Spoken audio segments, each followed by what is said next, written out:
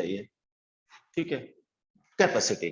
तो इसी तरह से जो कंडक्टर होता है, कंडक्टर की भी कैपेसिटी होती है कि वो कितना चार्ज कंज्यूम कर सकता है, ठीक है। तो उस कैपेसिटी की बात अपन करेंगे।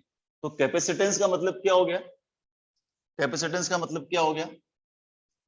कैपेसिटी टू होल्ड चार्ज, कितना ज्यादा अपन चार्ज को कंज्यूम कर सकते हैं उसको उसकी कैपेसिटी बोलते हैं। ये तो हमारा जनरल वर्ड हो गया। अगर मैथमेटिक्स में बात करें कैपेसिटी की, तो मैथमेटिक्स में जो कैपेसिटेंस होगी वो क्या होगी? देखो, कैपेसिटेंस इज इक्वल टू, ठीक, Q बाई V। Q क्या है यहां पर? Charge given to conductor, charge given. और V क्या है? Increase in potential.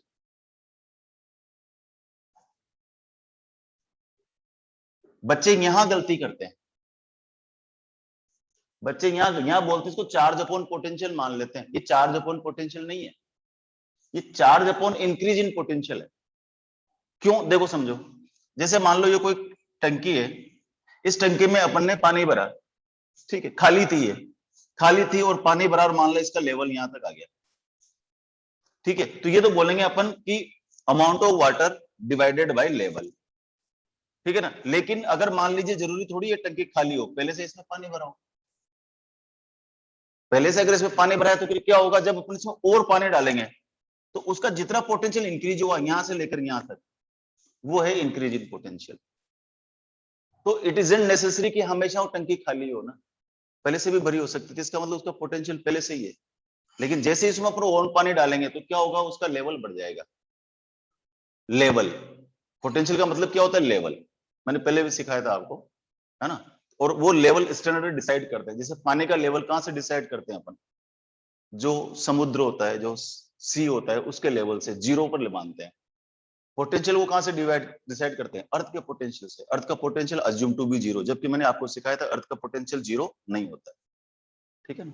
तो यहां से अपन इसको डिफाइन करेंगे कि capacitance is the ratio of charge given to a conductor to the increase in potential. क्या डेफिनेशन होगी इसकी? Capacitance of a conductor is equal to the ratio of charge given to the conductor divided by increase in potential. अब अगर मान लो यहाँ पर V is equal to 1 कर दो मैं, 1 का मतलब क्या हो गया? यूनिट वोल्ट, ठीक है ना। 1 यूनिट कर दूं तो क्या हो जाएगा? C किसके इक्वल हो गया? Q के इक्वल। इसका मतलब capacitance of a conductor is equal to that amount of charge which increase the potential of the conductor 1 volt. C क्या है? Capacitance of the conductor. और ये कैपेसिटेंस ऑफ द कंडक्टर किसके बराबर है? उस चार्ज के बराबर है जो उस कंडक्टर का पोटेंशियल को 1 यूनिट बढ़ा देता है, 1 वोल्ट बढ़ा देता है, ठीक है। तो दूसरा डेफिनेशन क्या होगा यहाँ पर कि capacitance of a conductor is equal to that amount of charge. कौन सा चार्ज? वो चार्ज देने से उसका पोटेंशियल 1 यूनिट बढ़ जाता है। अब 1 यूनिट में आप कुछ भी ले लो, 1 वोल्ट भी ले सकते हो, 1 माइक्रो वोल्ट, 1 मिली वोल्ट, वो तुम्हारी इच्छा पर डिपेंड करता है। लेकिन यूनिट पोटेंशियल बढ़ जाए, उस चार्ज का जो अमाउंट है वो उस कंडक्टर की कैपेसिटेंस के बराबर होता है, ठीक। इसकी यूनिट के बारे में बात करो, देखो बेटा, unit C is equal to Q by V है। Q किस में होता है? कूलम में। V किस में होता है? वोल्ट में। कूलम पर वोल्ट, इसका यूनिट क्या है? Coulomb per volt. और कूलम पर वोल्ट को नाम देते हैं अपन क्या? फेरड। तो कैपेसिटेंस का जो यूनिट होगा वो क्या होगा? फेरड। अब यहां याद रखना, फेराडे नहीं है ये फेराडे नहीं है। फेराडे भी यूनिट होती है, और फेराडे जो यूनिट होती है किसकी होती है? फेराडे किसकी यूनिट होती है? कोई बता सकता है?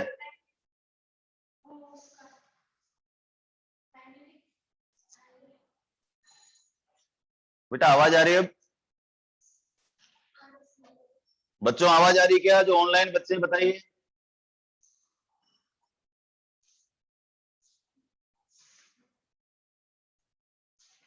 दिव्या, करंट की यूनिट नहीं है। Can you hear me? हाँ, तो करंट की नहीं, फेराडे यूनिट होती है चार्ज की। तुम केमिस्ट्री नहीं पढ़ते हो क्या? जीरो हो तुम केमिस्ट्री में। केमिस्ट्री में चार्ज की यूनिट लिखते हैं फेराडे। और याद करो, 1 faraday is equal to 96500 coulomb. Chemistry वालों ने इलेक्ट्रोकेमिस्ट्री में बताया होगा, इलेक्ट्रोकेमिस्ट्री में पढ़ाया जाता है, तो नहीं पढ़ाया तो गलत जगह पढ़ रहे हो। 1 faraday is equal to 96500 coulomb. ठीक है, ये इलेक्ट्रोकेमिस्ट्री में आता है ये यूनिट, हम फिजिक्स में यूज नहीं करते हैं इसको। मैं यहाँ पर बात कर रहा हूँ फेरेड की, और फेरेड क्या है? Coulomb per volt. 1 फेरेड is what? Coulomb per volt. और ये फेरेड जो है इतना बड़ा यूनिट है कि आप सोच भी नहीं सकते। अभी बताता हूँ कितना बड़ा यूनिट है। तो पहले तो वापस समझो, कैपेसिटेंस का मतलब क्या होगा? कैपेसिटेंस का मतलब हो गया कि capacity to hold the charge, number 1। Number 2, capacitance is the ratio of charge given to the conductor and increase in potential, दोनों का रेशियो होता है। और तीसरी बात, अगर मान लीजिए V को अपन 1 यूनिट कर दे तो C becomes Q। इसका मतलब capacitance of a conductor is equal to that amount of charge when given to a conductor increase the potential of the conductor 1 volt। ठीक है, 1 वोल्ट पोटेंशियल बढ़ा देता है जितना चार्ज, वो चार्ज क्या होता है? उसका कैपेसिटेंस होता है। और पोटेंशियल का मतलब क्या होता है? यहाँ पर लेवल 9 o'clock। समझ आएगी बात? चलो अब अपन बात करते हैं कि फेरेड कितनी बड़ी यूनिट होती है। देखो नीट में तो यहाँ भी क्वेश्चन आ जाता है, हालांकि जेई में तो नहीं आता, लेकिन नीट में यहाँ पे भी छोटा सा क्वेश्चन बना के दे देते हैं वो मैं समझाता हूँ आपको।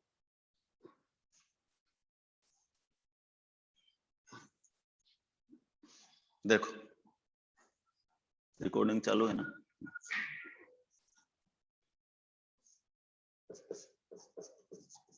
फाइंड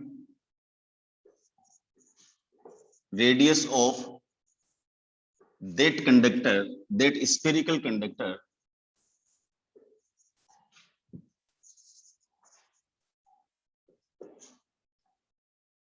whose capacitance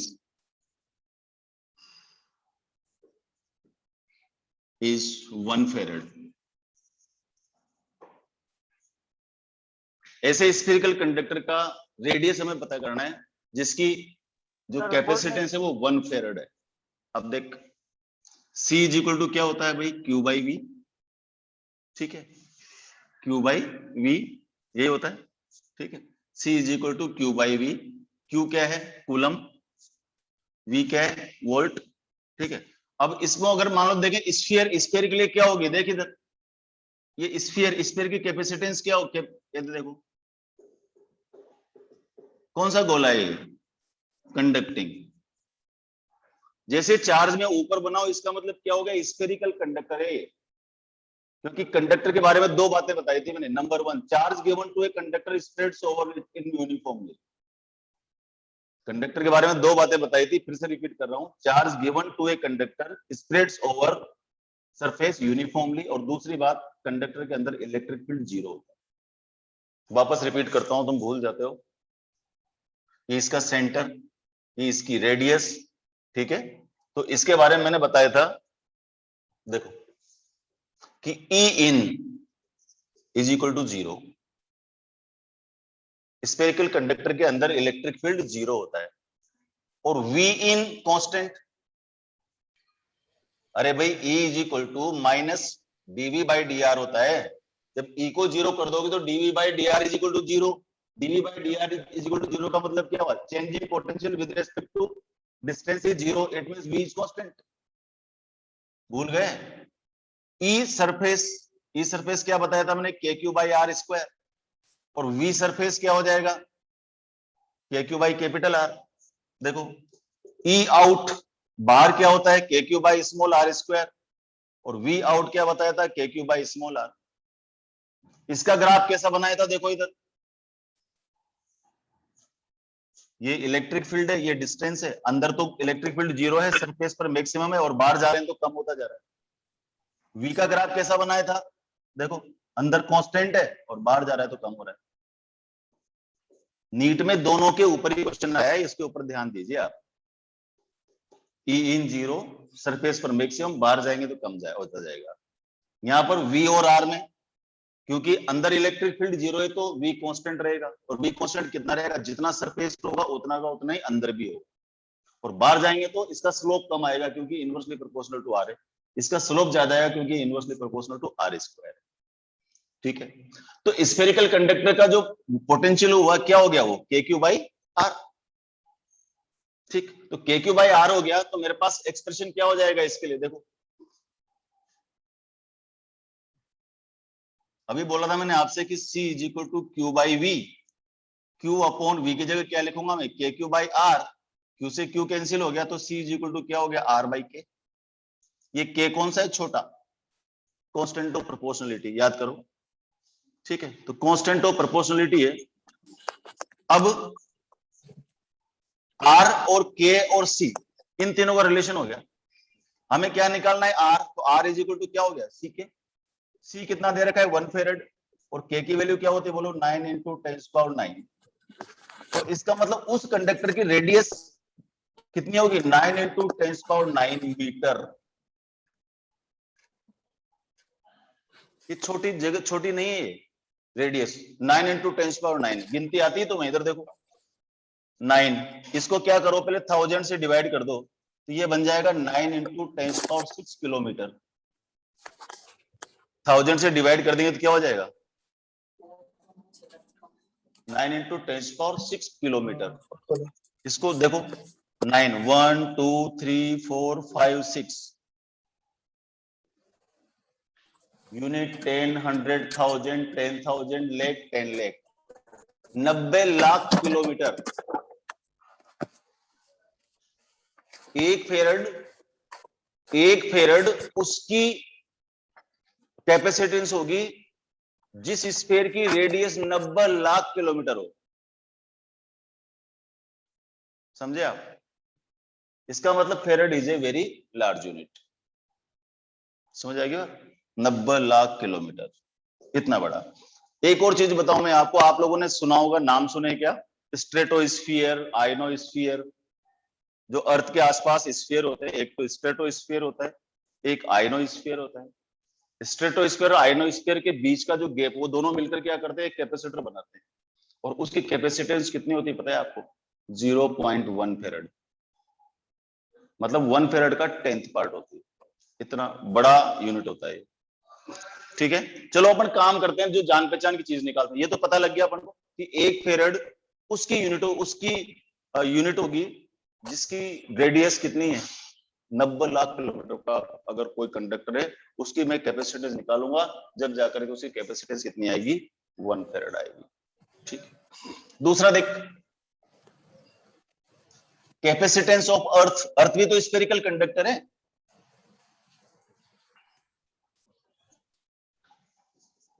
तो दूसरा, earth is spherical conductor,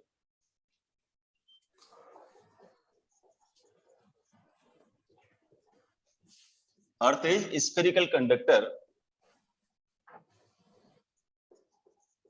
what is its capacitance। Earth spherical conductor है, इसकी रेडियस, सॉरी इसकी कैपेसिटेंस क्या होना चाहिए, ठीक है भाई। अब हमें पता है कि अर्थ की जो रेडियस होती है कितनी, 6.4 इंटू 10⁶ मीटर होती है।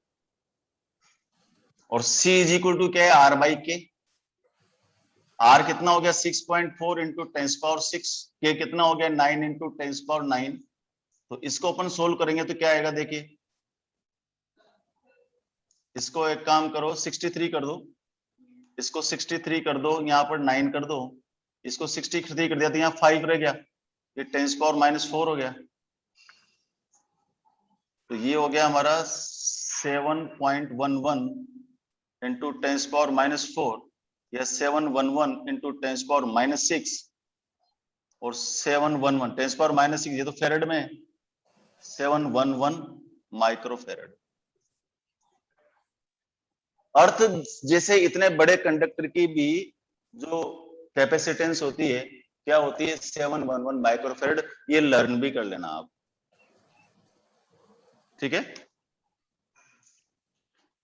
चलो नोट करो इसको।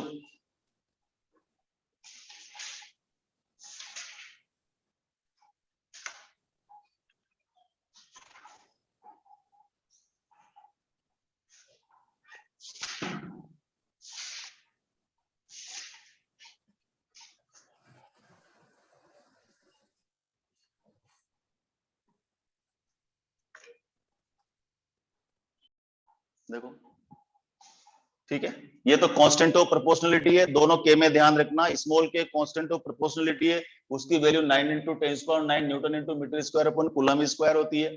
कैपिटल के डाइलेक्ट्रिक कांस्टेंट होता है, दोनों में फर्क है, डाइलेक्ट्रिक कांस्टेंट डिपेंड करता है नेचर के ऊपर, सब्सटेंस की नेचर क्या है उस पर डिपेंड करता है। करेक्ट है? अच्छा सुनो ध्यान से, तो ये हो गया हमारा एप्सिलॉन नॉट। अच्छा यहां से आप यूनिट चेंज कर सकते हो, अब एप्सिलॉन नॉट की जो दूसरी यूनिट होती है वो फेरेड पर मीटर भी होती है।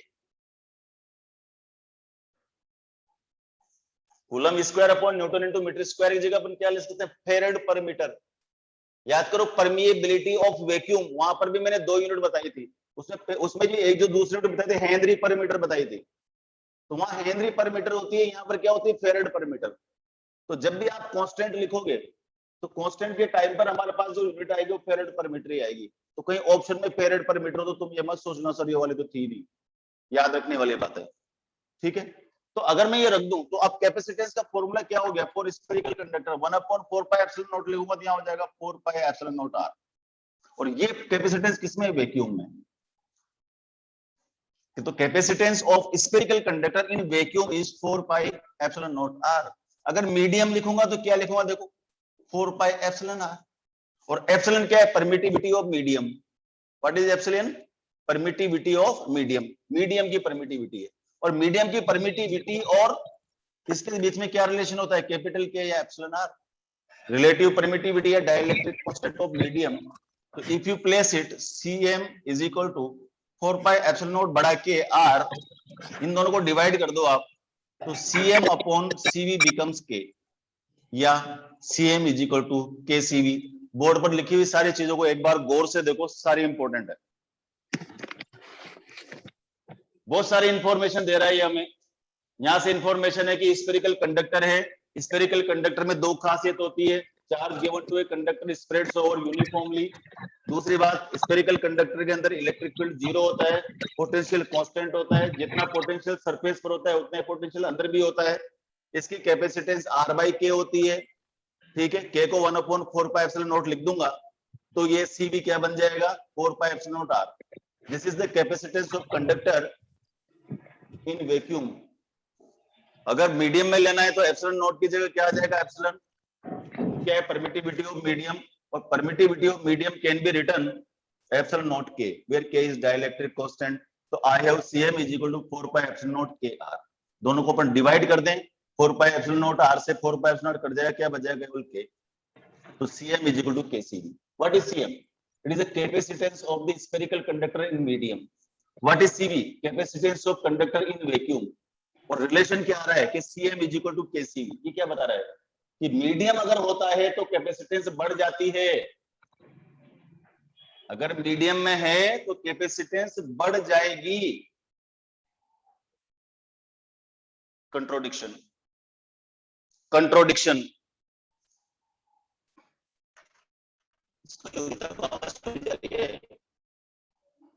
क्या म्यूट कर रखा है,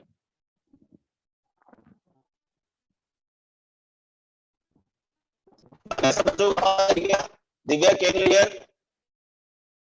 यस सर।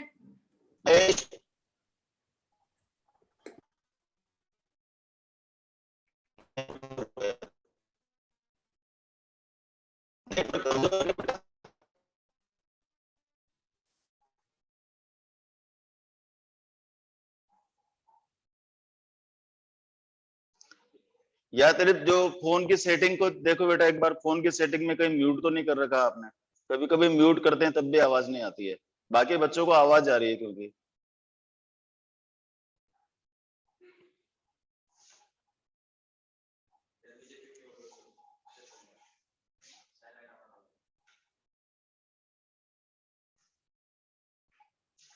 ठीक है, तेने ज्वाइन नहीं कर रखा क्या? लिंक कैसे नहीं है उस पर, ऑल स्टूडेंट ग्रुप में जा, लिंक है वहां पर।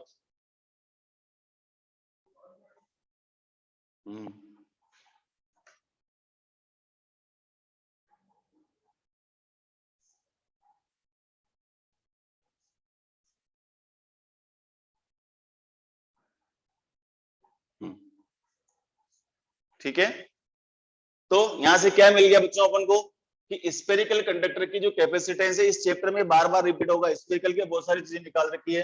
R/K, अगर मैं इसको 1/4πε0 लिख दूंगा तो इसमें वैक्यूम में क्या हो जाएगी 4πε0R।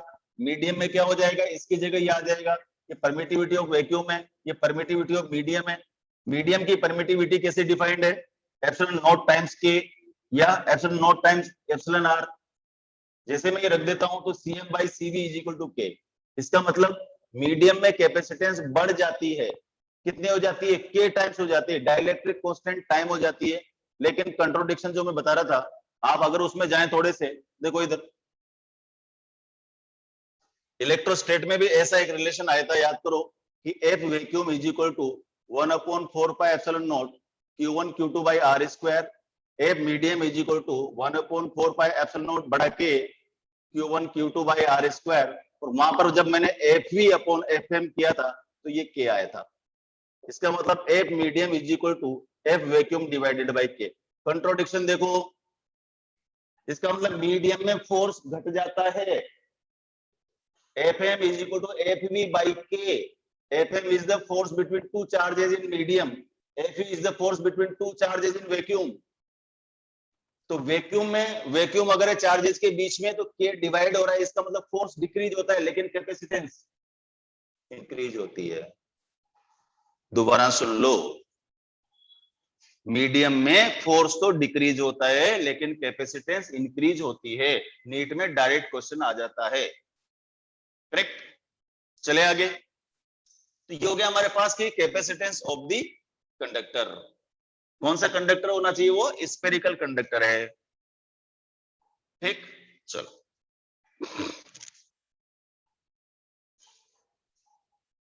देखो, कभी कभी ऐसा भी सवाल आ जाता है, एक क्वेश्चन लिखता हूं मैं।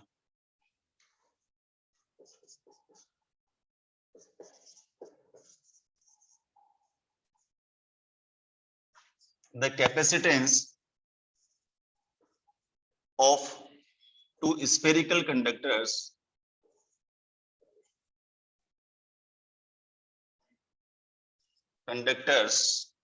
are, the capacitance of two spherical conductors are 5 microfarad and 15 microfarad respectively. The ratio of their radii are,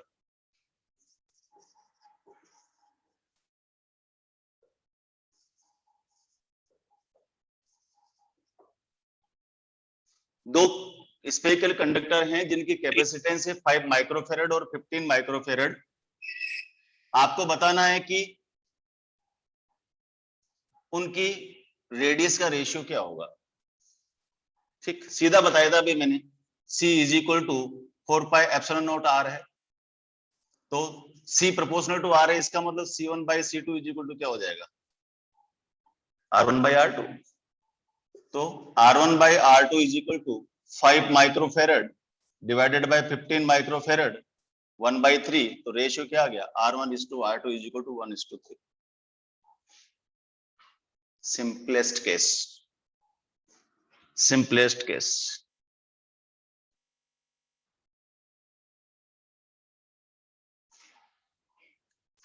Divya is आलसी।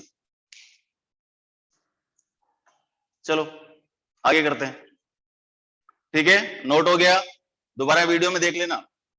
जो नोट नहीं कर पाओ, जो आलसी बच्चे हैं, दोबारा वीडियो देख लें, 1 घंटे बाद, 2-3 घंटे बाद में डाल दूंगा।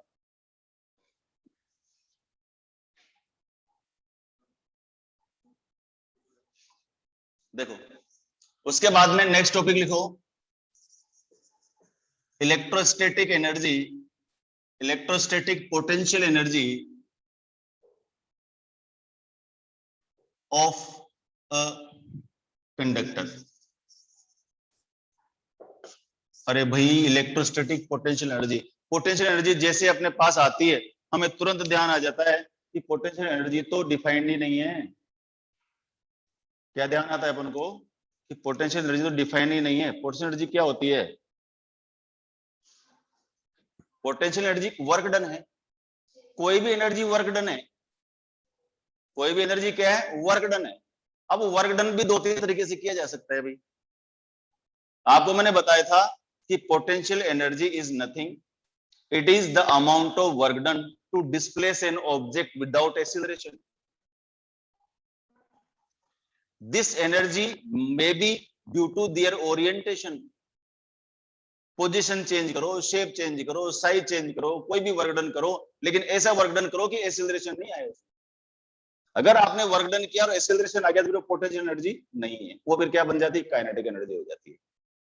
बहुत सारी जगह मैंने बताया कि किसी मैग्नेटिक एनर्जी भी बताई थी मैंने, तुम्हें याद करो। अभी पिछले वाले चैप्टर में भी एनर्जी बताई थी, U is equal to K Q1 Q2 by R। तो ये पोटेंशियल एनर्जी आपको हर जगह नजर आएगी। और कुल मिलाकर पोटेंशियल एनर्जी का अगर एक लाइन में अगर मैं बोलूं तो वो क्या होता है, negative work done by conservative forces is equal to change in potential energy. अगर कोई ओरिजिनल अगर कोई डेफिनेशन है पोटेंशियल एनर्जी की तो वो ये है, बाकी जो किताबों में लिख रहा है वो झूठी बातें हैं। सारी बातें सारी किताबों में झूठ लिखा हुआ है, केवल एक ही सच है कि negative work done by conservative forces is equal to change in potential energy. Potential energy तो डिफाइन होती ही नहीं है, हमेशा चेंज इन पोटेंशियल एनर्जी ही डिफाइन होती है। और change in potential energy is nothing, it is the amount negative work done by कौन से forces, conservative forces. Non conservative forces का पोटेंशियल एनर्जी से दूर दूर तक कोई लेना देना नहीं है, दिमाग में बिठा लो इसको।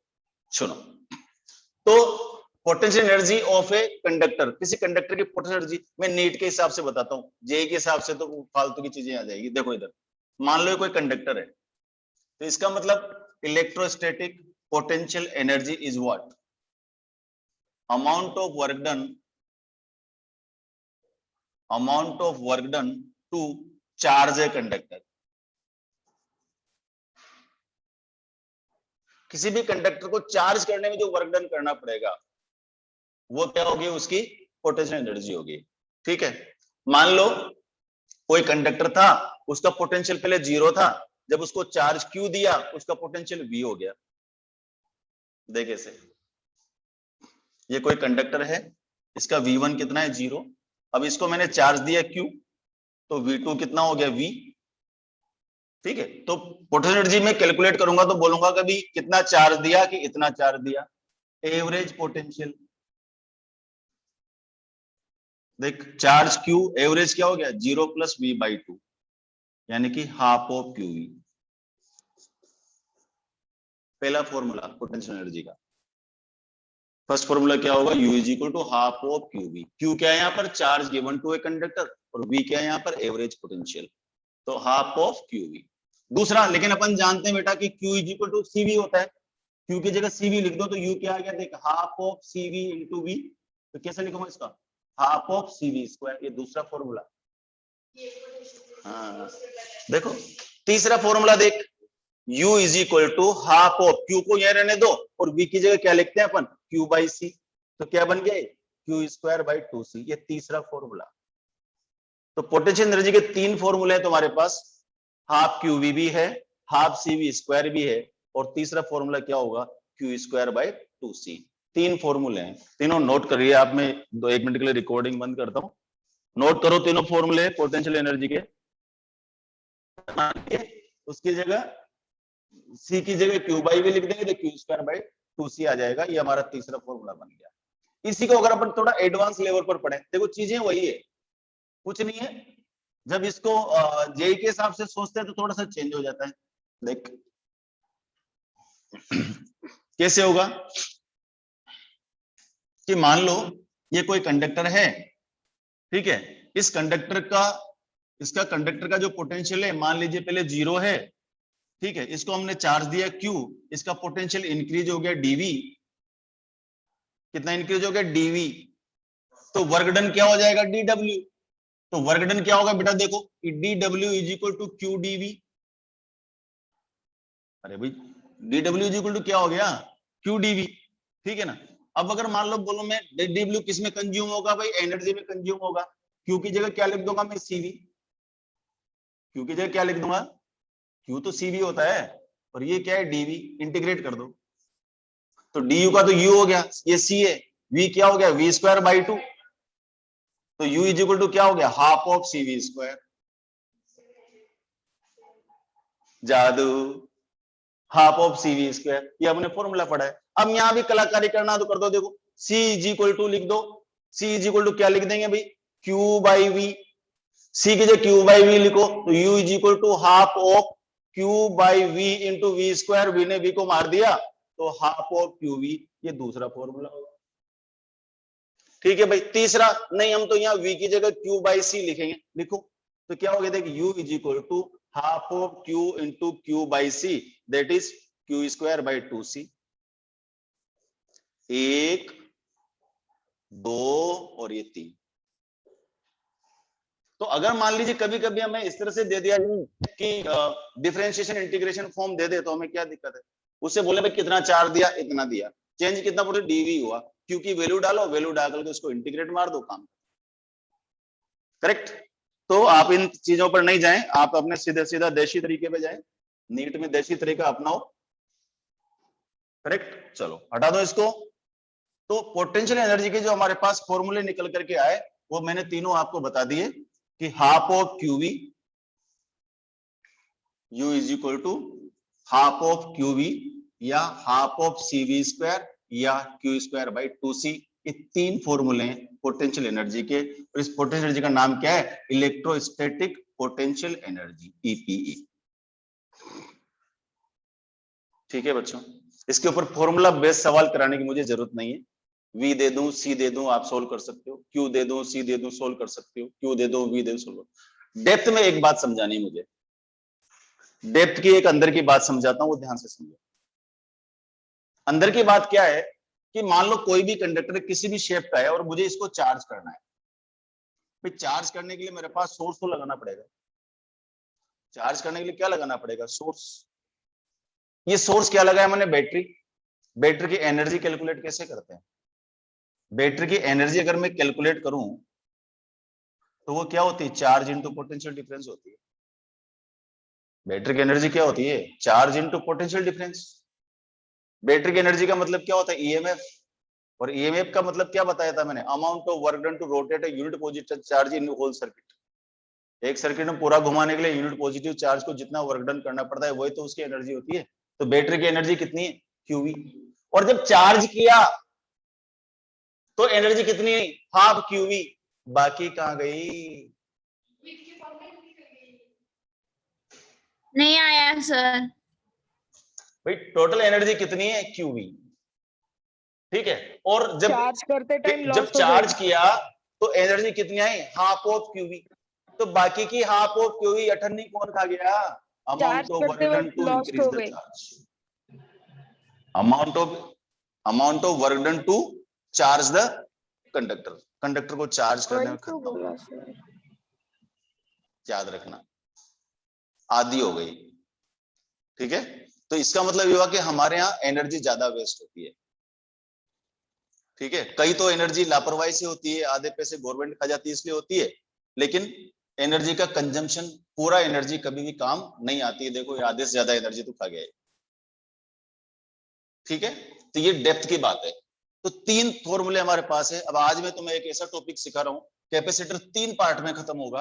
पहला ये तो थी सारी इसकी छोटी छोटी डेफिनेशंस कि कैपेसिटेंस क्या है, स्फेरिकल कैपेसिटर क्या होता है, स्फेरिकल कैपेसिटर की कैपेसिटेंस किन किन चीजों पर डिपेंड करती है, ठीक है ना, रेडियस पर डिपेंड करती है, मीडियम पर डिपेंड करती है, कैपेसिटेंस इन मीडियम और कैपेसिटेंस इन वैक्यूम का क्या रिलेशन है, भाई CM by CV is equal to K है। मीडियम रखने पर कैपेसिटेंस बढ़ जाती है, मीडियम रखने पर फोर्स डिक्रीज हो जाता है, ठीक है ना, उनकी कैपेसिटेंस का रेशियो क्या होगा। और स्फेरिकल कैपेसिटर की कैपेसिटेंस के लिए जो अपन ने एनर्जी निकाली वो क्या होगी, ये हमारी एनर्जी होती है। ये छोटी छोटी बातें थी जो हमें याद होनी चाहिए। अब मैं आपको एक बढ़िया सा कॉन्सेप्ट बता रहा हूँ, उसका नाम है रीडिस्ट्रीब्यूशन ऑफ चार्ज, जिसपे अक्सर नीट में क्वेश्चन पूछा गया है। नेक्स्ट टॉपिक लिखो, रीडिस्ट्रीब्यूशन ऑफ चार्ज।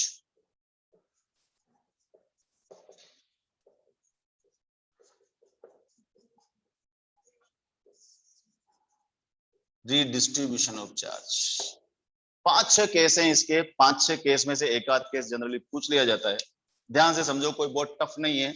अगर आपके थोड़े भी कॉन्सेप्ट ठीक हैं तो आप आराम से कर सकते हैं इसको। देखो मैं सिखाने की कोशिश करता हूं, आप आलस छोड़ें, ठीक है। कई बच्चे तो घर में पड़े पड़े देखते रहते हैं वीडियो, नहीं हाथ में कॉपी पेन भी नहीं रखते हैं, है ना, बेड पे पड़े रहेंगे और ऐसे करके देखते रहेंगे, बस सर का ही काम है, सारा सर ही पढ़ लेंगे, सर ही पढ़ा लेंगे।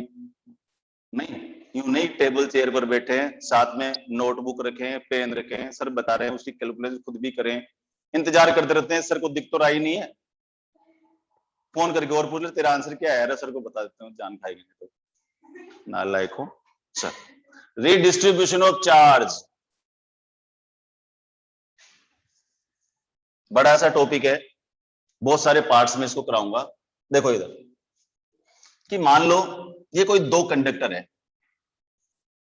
एक कंडक्टर का नाम ए है, दूसरे कंडक्टर का नाम बी है, ठीक है ना। कंडक्टर वो होते हैं जिनके अंदर फ्री इलेक्ट्रॉन होते हैं, कंडक्टर वो नहीं होते हैं जो बस में होते हैं। ये कंडक्टर है, इसमें फ्री इलेक्ट्रॉन्स हैं, ठीक है, हमेशा फ्री इलेक्ट्रॉन होते हैं। इनकी जो आउटर मोस्ट ऑर्बिट होती है उनका ऑक्टेट कभी कंप्लीट नहीं होता है, ठीक है ना। जिनका ऑक्टेट कंप्लीट होता है उनको इंसुलेटर बोलते हैं, इंसुलेटर में कभी भी फ्री इलेक्ट्रॉन नहीं होते हैं, ठीक है। और जो सेमीकंडक्टर होते हैं उनकी आउटर मोस्ट ऑर्बिट में 4 इलेक्ट्रॉन होते हैं, जर्मेनियम, सिलिकॉन, आगे पढ़ेंगे उस चैप्टर में अपन। कार्बन, कार्बन भी सेमीकंडक्टर है, जर्मेनियम 32, जर्मेनियम 32 का मतलब क्या हो गया बताओ, 1s2, 2s2, 2p, 3s2, 3p6, 3d10, 4s2, 4p2। वो केमिस्ट्री मत लगाओ मेरे सामने, हम ये बताते हैं केवल कि पहली ऑर्बिट में उसके पास 2 इलेक्ट्रॉन है, दूसरी में 8 है, तीसरी में 18 है, चौथे में 32 है। तो डी में 3d, तुम ये मत ध्यान दो मुझे कि सर डी में तो पहले बाद में जाएगा, पहले 4s में इलेक्ट्रॉन जाएगा, उससे फिजिक्स वालों को कोई मतलब नहीं है। हम ये बोलेंगे थर्ड ऑर्बिट में टोटल जो इलेक्ट्रॉन है वो 18 है, ठीक है।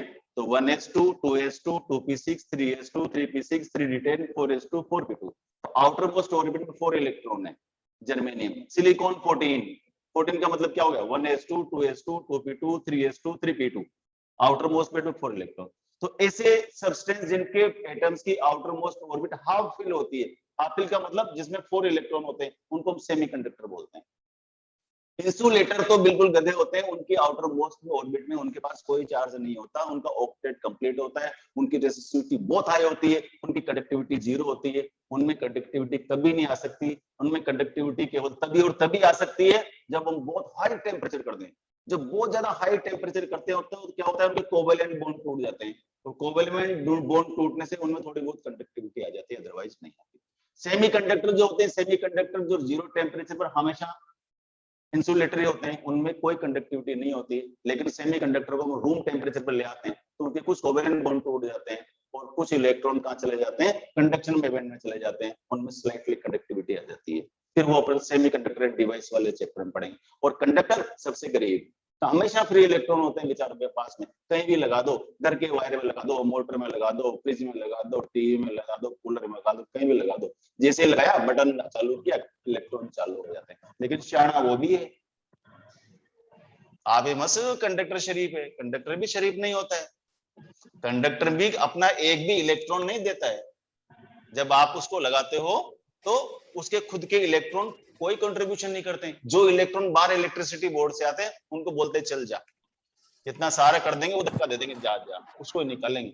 अगर खुद के इलेक्ट्रॉन देने लगे तो रोज वायर चेंज करने पड़ेंगे ना भाई, ठीक है। तो आज हम बात करें यहाँ पर कि एक कंडक्टर से। दूसरा आप सोचोगे सर ये ऐसे ऐसे क्यों बनाया, सुंदर सा भी बना सकते थे।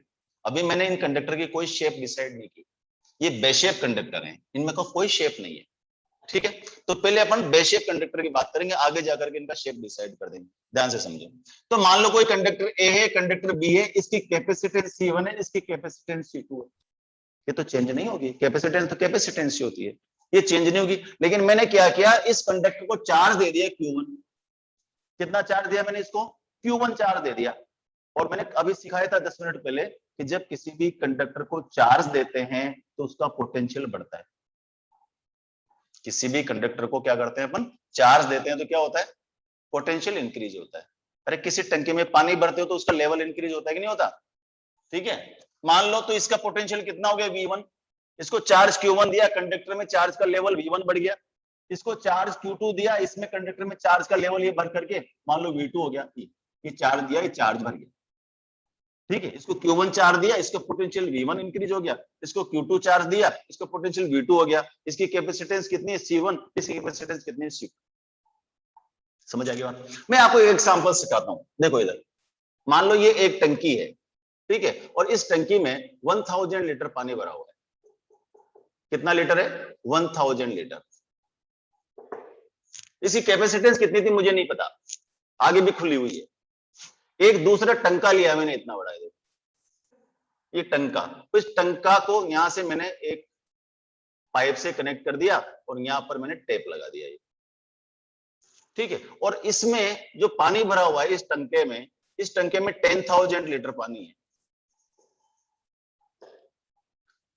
टंके में कितना पानी है? 1000 लीटर। टंके में कितना पानी है? 10,000 लीटर। अब अगर मैं टेप को अनस्क्रू कर दूं, टेप को मैं खोल दूं, निश्चित रूप से पानी का फ्लो होगा। अब पानी का फ्लो 10,000 लीटर से 1000 लीटर की तरफ हो गया, 1000 लीटर से 10,000 लीटर की तरफ होगा। सब जवाब दो बजे इस पे, चैट में जवाब दो। 1000 to 10,000।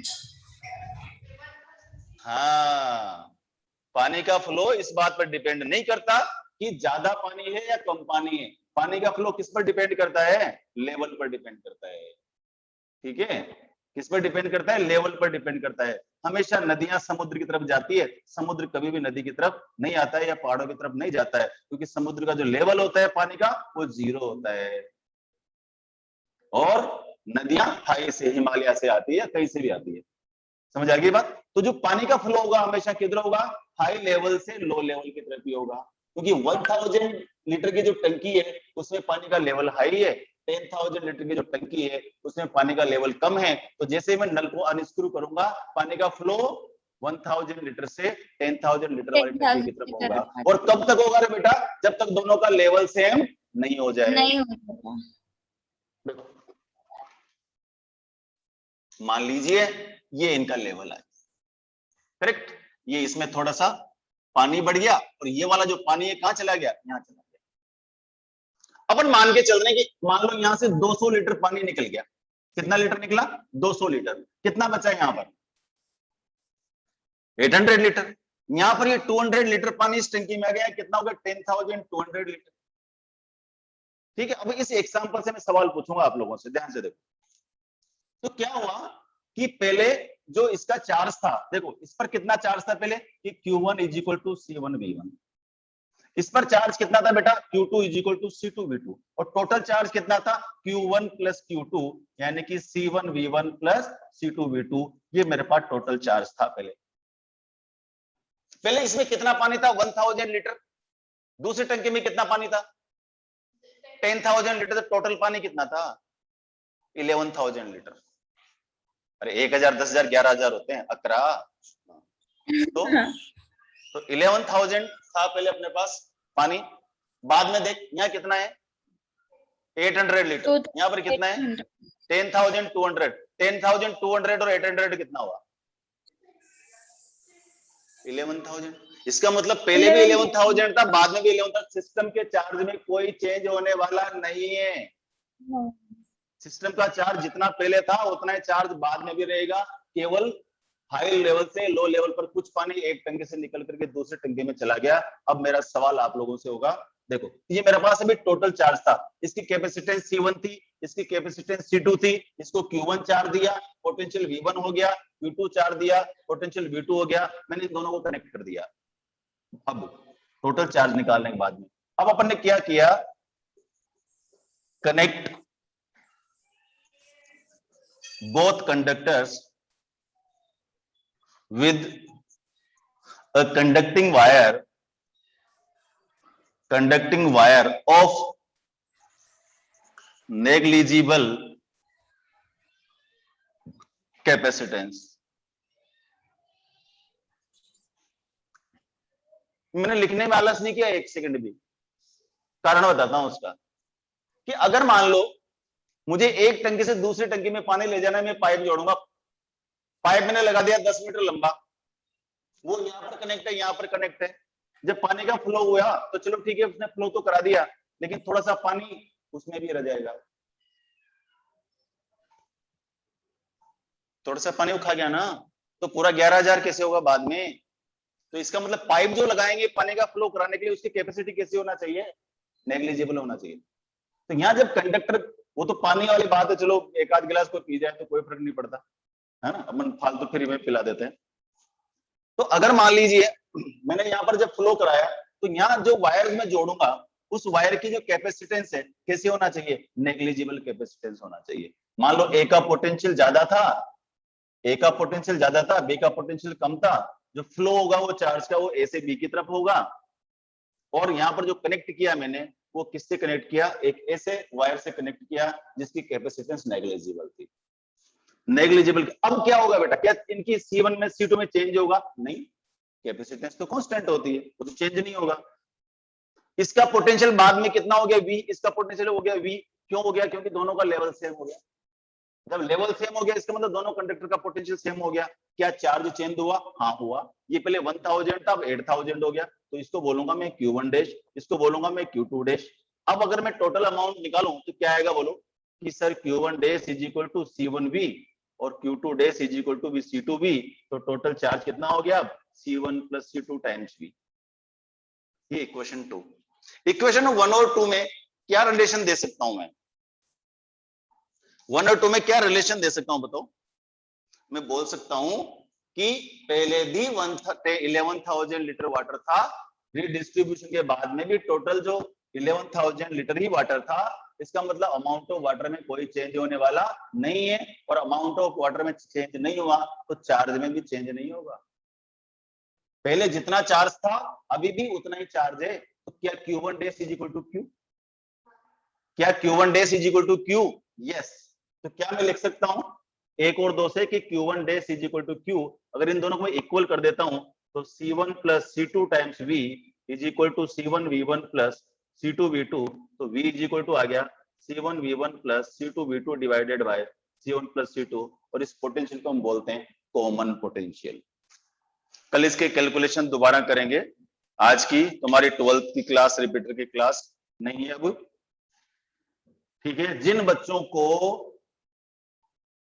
प्रोजेक्टाइल मोशन नहीं आती है, जो बच्चे प्रोजेक्टाइल मोशन में कमजोर है, जिन बच्चों का मोशन एंड प्लेन क्लियर नहीं हुआ है, वो अभी 9 से 10 बजे फाउंडेशन के साथ ज्वाइन कर सकते हैं।